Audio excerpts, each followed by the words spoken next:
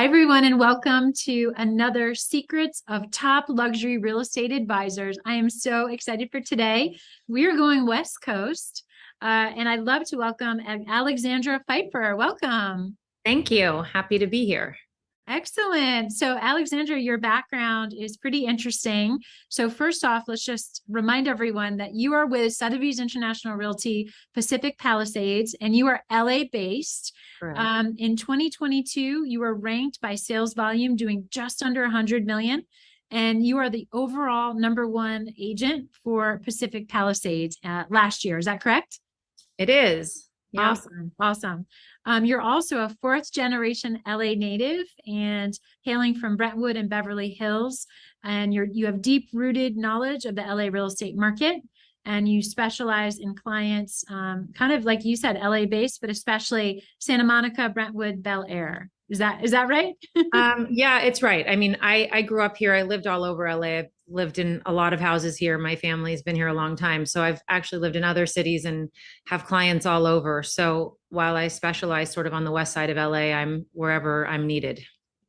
Awesome. Well, we are so excited to get to know you better today and to hear a little bit more about your secrets when it comes to selling luxury real estate and how you are so successful. So let's get right into it and start with, what is the first thing that you do when you wake up every day? I wake up really early. So I'm a coffee person. I'm up usually by 5. I have coffee every morning and sourdough toast and fruit. It's sort of my regimented routine. I check emails, I take a shower, brush my teeth, and I'm sort of kind of a high functioner in the morning. So I tend to get a lot done sort of before everybody is up and ready to go. Love it. Love it. What do you love most about real estate? Um, That's a hard one. My answer, I've been asked this before, but it's sort of in me, and it's not about the sales. I love to negotiate, and I'm excited by a deal. I'm more like I'm a matchmaker. I really like the idea of the fit. And so I would say, aside from the art of negotiation and liking numbers, I think what I'm best at is knowing, I can tell sort of where people fit and what they like. And I like the puzzle. Putting together the puzzle. Love it. Love Yeah. it. Yeah. So let's talk a little bit about luxury, and what does luxury mean to you when it comes to real estate? It's hard having that label because I don't think luxury only applies to the high end. I think it just applies to how we like to live. I have clients that are from every background, every price point. I don't just do, people associate me sort of with these big, beautiful, expensive homes, but I do everything. And I just feel like, for me, what luxury means for me is just passion for living and how we live. And so I provide a service that I find to be luxurious. I give myself to all of my clients. I do everything, and everybody knows that I sort of eat and sleep this business. And um, I don't really think it just applies to finishes and price and scale. I think it's about how we live. I mean, I don't know if people know, but I was at a different company before, and I've been here for the last few years. And what drew me here was actually what you just said. I think that we have a really special way of, and I've met agents from all over, of how we deal with our clients and how we market. And I feel like it's unique, and I feel like it is luxury. And I don't think it is just, as we said, price point and level. I think it's really an energy. Mm-hmm. Mm-hmm. Yeah. So, obviously you're very successful in real estate. And what 3 things do you think have helped you to be successful? 3 things. People skills, market knowledge, and tenacity. I'm pretty hardworking, and I'm a fighter. So I think that it's kind of needed. But I think the most important aspect of this business is understanding people. Mm-hmm. Yeah. 100%. Yeah. What do your clients want most from you? Everybody wants different things. I think people know that I provide a full service experience, and that's helpful. It's not just about the house and driving around and looking at properties and negotiating. I tend to know about what's happening in communities, and I'm pretty well versed on lifestyle in LA. Some clients are all business and they just want the deal and they want me to go in and get it. It's different for every person. So I would say what they probably want is for me to understand them. And I try very hard to do that. And right now, marketing a property, can you tell us what's the most important thing that you do when you market a property right now? I mean, I've seen the business change. I would say different clients want their properties marketed in different ways, but I believe the most advantageous is social media and online. I think sadly for newspapers and print magazines and publications, people don't look at them as much anymore. I have a pretty strong online presence. People watch. People are always on their phones. We all know that listings hit Zillow and all the other, competitive real estate service providers so fast. And so I think that I just think that an online presence is key. And I think it's where everybody is looking. I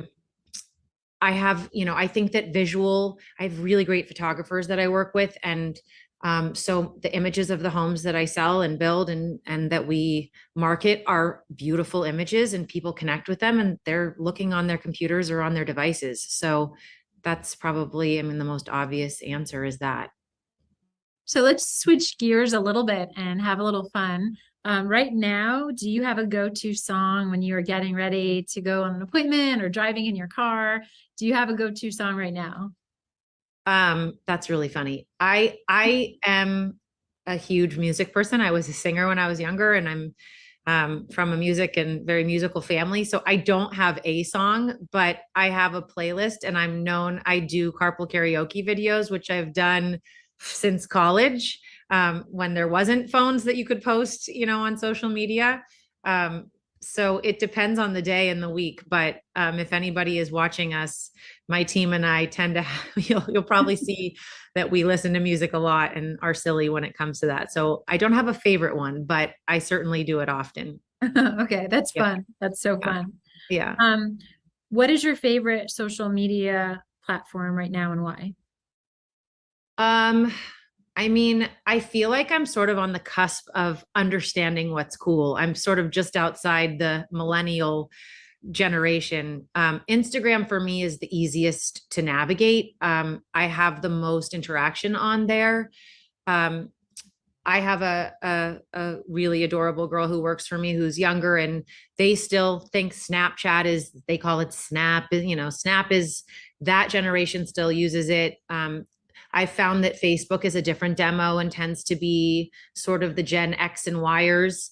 I think Instagram is the most widespread and the easiest. But I'm sure there are multiple, as you said, TikTok. I really, I feel like I'm too old for TikTok, but it's certainly popular, and many of my clients use it. But for me and for my business, I think that Instagram is the best and the easiest.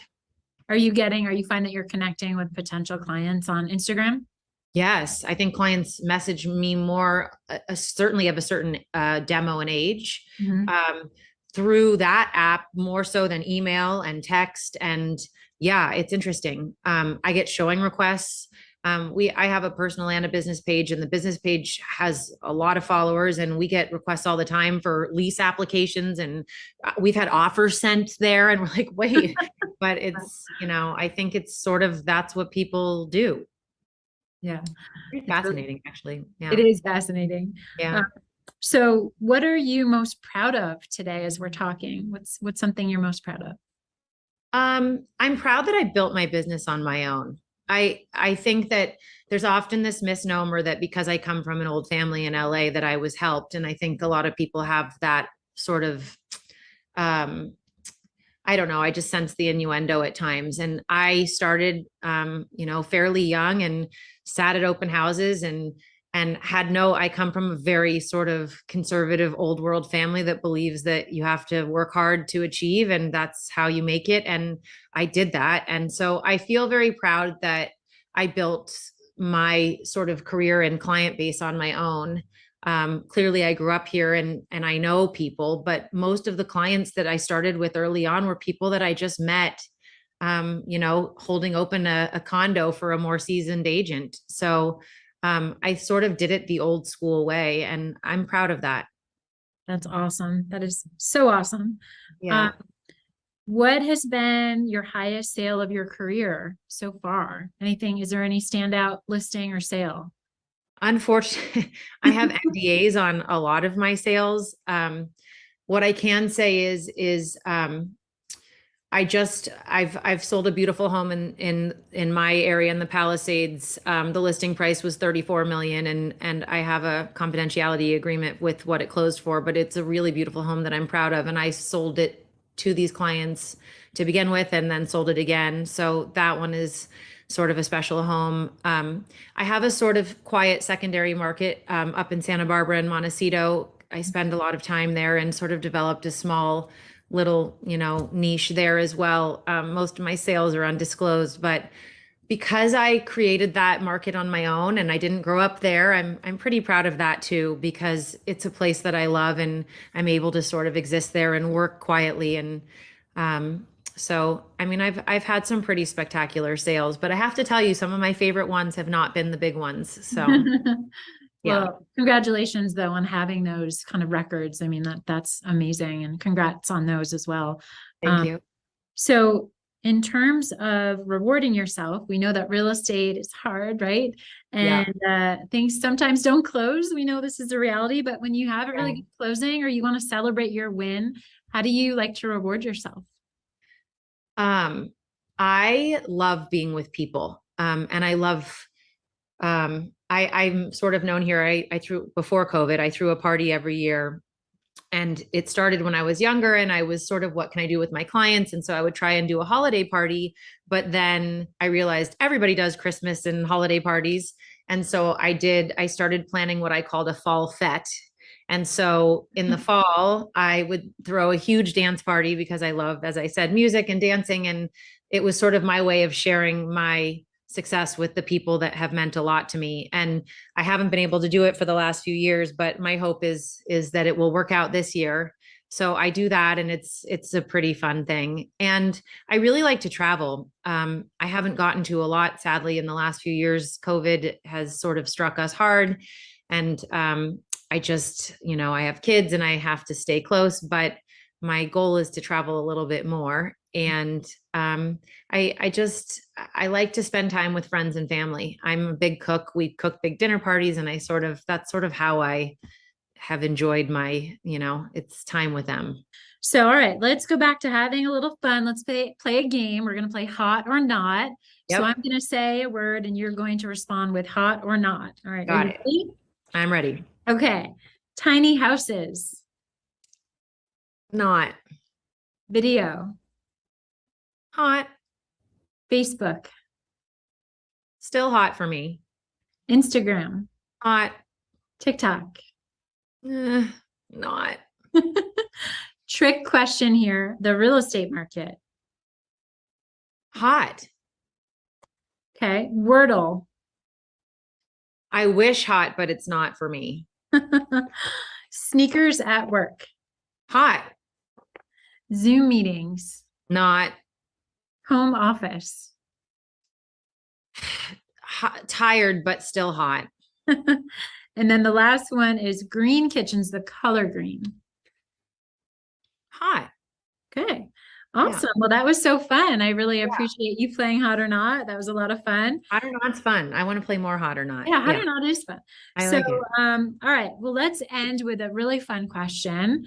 If you could go back in time and talk to your younger self, what would you tell your younger self? What would I tell my younger self? I feel like I've always sort of known that I had the ability to create and build, but I overanalyze everything, and I also take a lot home with me still. Mm. And so I think that I would say not to make such big deals out of certain moments, because the moments always pass.